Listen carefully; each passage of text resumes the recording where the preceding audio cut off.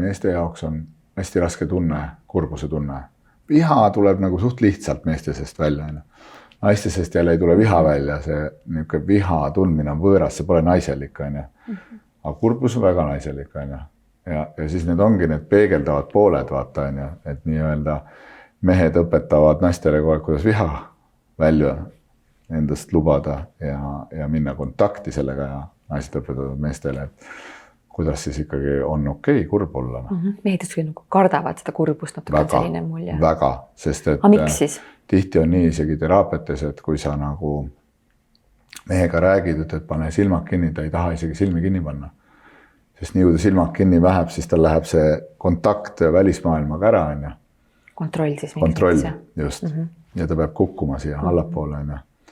Ja see on nii ebamugav tunne, et ta nagu ütleb, et mida iganes, ma ei tee seda praegu. Ja ta polegi valmis, vaata. Ta polegi valmis, aga see on ka okei, et see on step by step, sest et see koore, mis sealt välja tuleb, see on võrreldav niisuguse infarkti tundega teinekord. Et see tekitab niisuguse tunde, nagu tekiks, aga infarkti ei teki. Lihtsalt see valu on nii suur, et see tunne, et see justkui kõik jääb seisma või sa lõhked seest, et see on lihtsalt, su süda lõhkeb sees.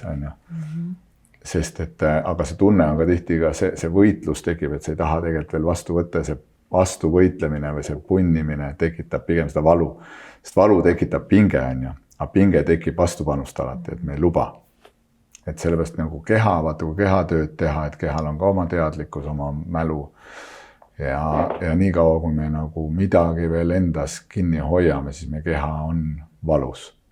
Kui me lubame vabaks, kui me õpime lõdvestuma, aga lõdvestumine tähendab ka tunnete lubamisteks. Et siis hakkavad asjad liikuma ja kui sa lased asjad liikuma, siis keha ka vabaneb kohe. Ja sa võid tunda pigem, sa hakkad energiat tundma keha töö ajal, mitte enam valu.